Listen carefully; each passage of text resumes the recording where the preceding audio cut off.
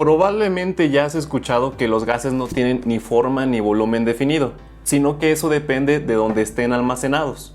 Por ejemplo, el gas dentro de esta botella tiene la forma propia de la botella y solamente ocupa este volumen. Pero si yo la abriera, el gas que no vemos, pero que estaba aquí dentro, ahora toma la forma y ocupa todo el volumen de este cuarto. Y comúnmente decimos que eso se debe a que las partículas de un gas se mueven mucho y por eso se encuentran muy dispersas, o sea, muy alejadas entre ellas. Bueno, nada de eso es falso, pero sí es una forma muy simplificada de ver a los gases. Por eso hoy veremos otras propiedades y cómo la teoría cinético-molecular explica la importancia de estas propiedades.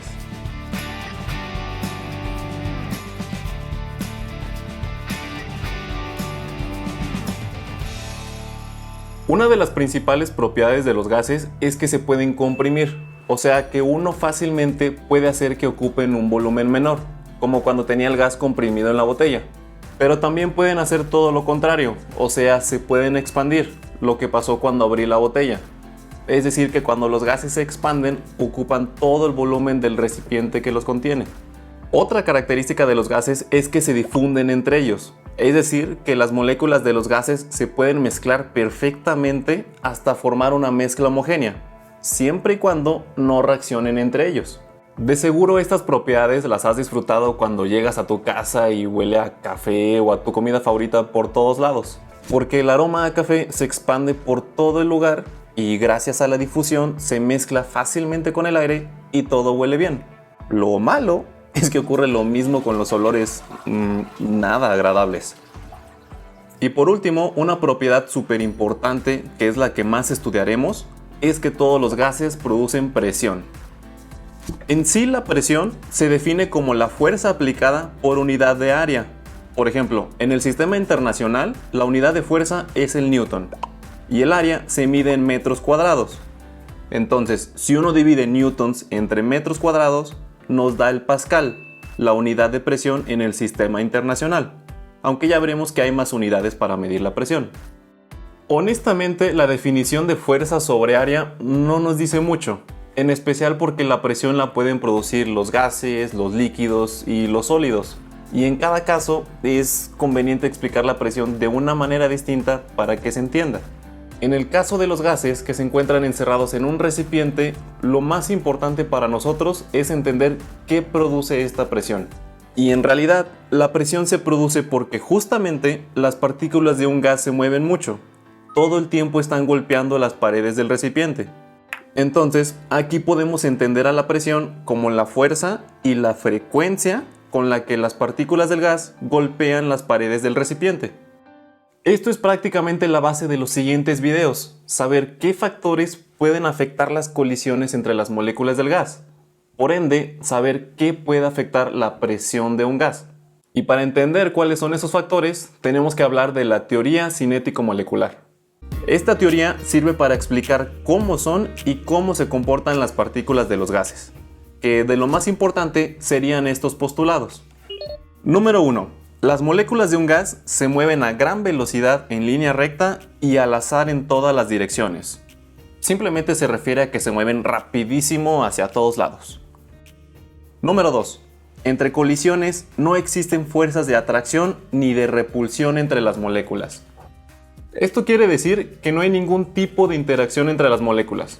Cuando se encuentren, pues chocarán, pero después de eso cada quien se va por su lado. Digamos que a las moléculas no les afecta en nada que haya colisiones entre ellas. Y esto va muy de la mano con el siguiente enunciado que dice: las colisiones entre las moléculas y contra las paredes del recipiente son completamente elásticas, es decir, que no se pierde energía.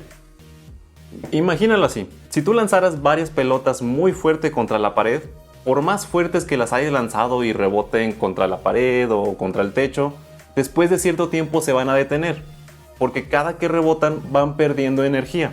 Eso no ocurre con las moléculas del gas. Como son colisiones elásticas, no se pierde energía, entonces prácticamente pueden rebotar por siempre mientras tengan una mínima cantidad de energía. Lo que nos lleva al último postulado. La energía cinética promedio de las moléculas es directamente proporcional a la temperatura absoluta del gas, o sea, a su temperatura en kelvins.